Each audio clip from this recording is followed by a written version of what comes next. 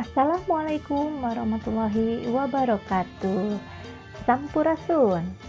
Wilujeng enjing, wilujeng tepang deui sareng Ibu Dini di channel Bahasa Sunda. Kumaha? Hidup tos siap diajar bahasa Sunda? Hayu urang diajar bahasa Sunda. Mingguan ayeuna urang diajar ngeunaan kalimah aktif jeung kalimah pasif. Ieu nyaeta pangajaran bahasa Sunda kelas genep SD neraskeun anu kamari. Ayeuna ku ibu baris dipedarkeun naon nu disebut kalimah aktif jeung kalimah pasif. Anu kahiji nyaeta kalimah aktif.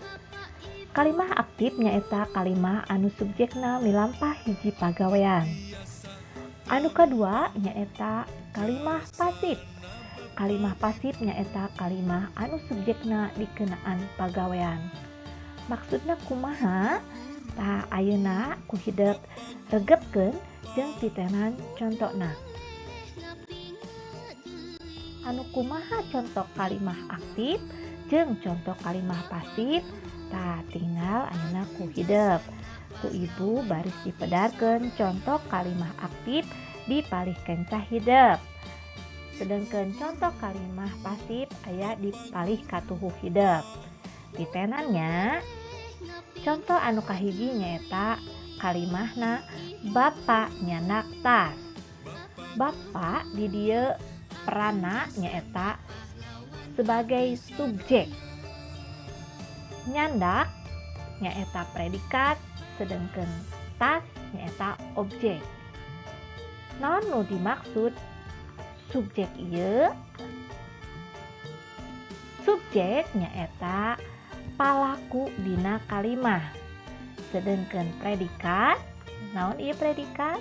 Predikat nyaeta hiji pagawean. Sedangkan objek nyaeta kecap barang.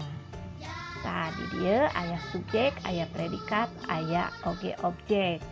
Jadi subjekna aya di payun, teras predikatna aya di tengah, objekna aya di pengkerna. Ieu contoh kalimah aktif. Kumaha ayeuna pami kalimah ieu dijantenkeun kalimah pasif? Tah jantenna kieu, tas dicandak ku bapa.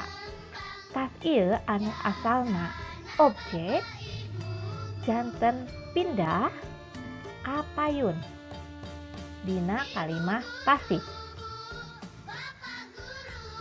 Teras dicandak ieu teh nyaeta predikat ya.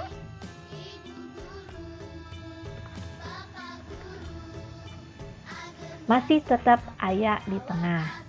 Sedangkan ku bapa, bapa ieu asalna subjek aya di payun dina kalimah pasif nyaeta jadi di pengker. Tah perbedaanana di dieu atawis ku hideuk.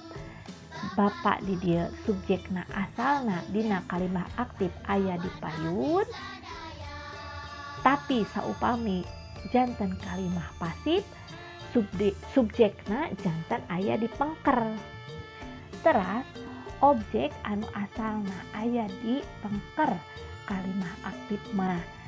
Tah dina kalimah pasif mah objekna janten di payun. Tah ayeuna aya deui contoh kalimah anu kadua.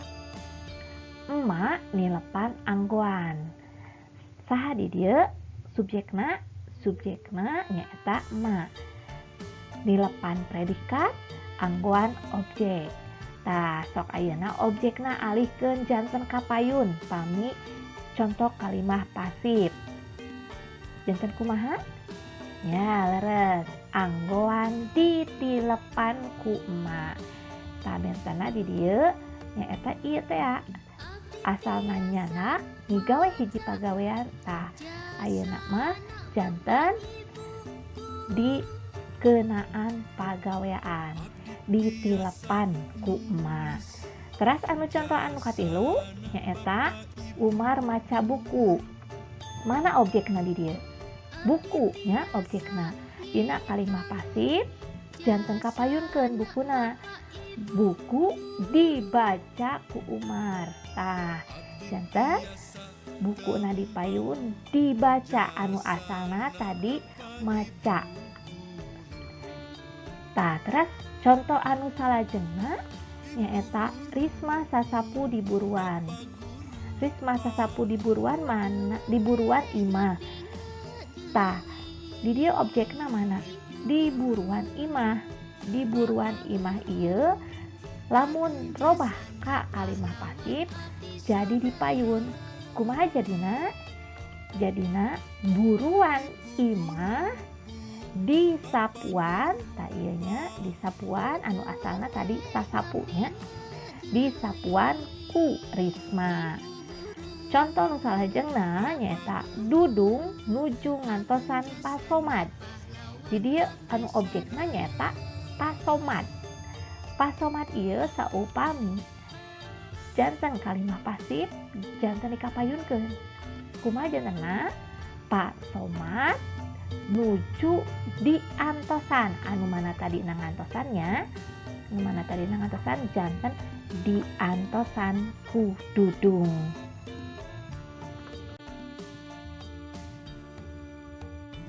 Ayeuna hidup tos ngartos naon nu disebat kalimah aktif sareng naon nu disebat kalimah pasif. Teras contohna nu kumaha wae?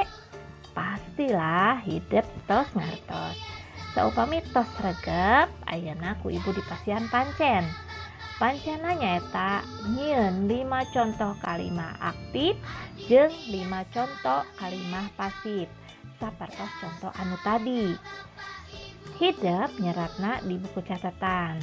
Satos rengse hidup fotokeun teras upload fotona di assignment bahasa Sunda kelas masing-masing. Alhamdulillah pengajaran dinten ieu parantos rengse. Ibu pamit.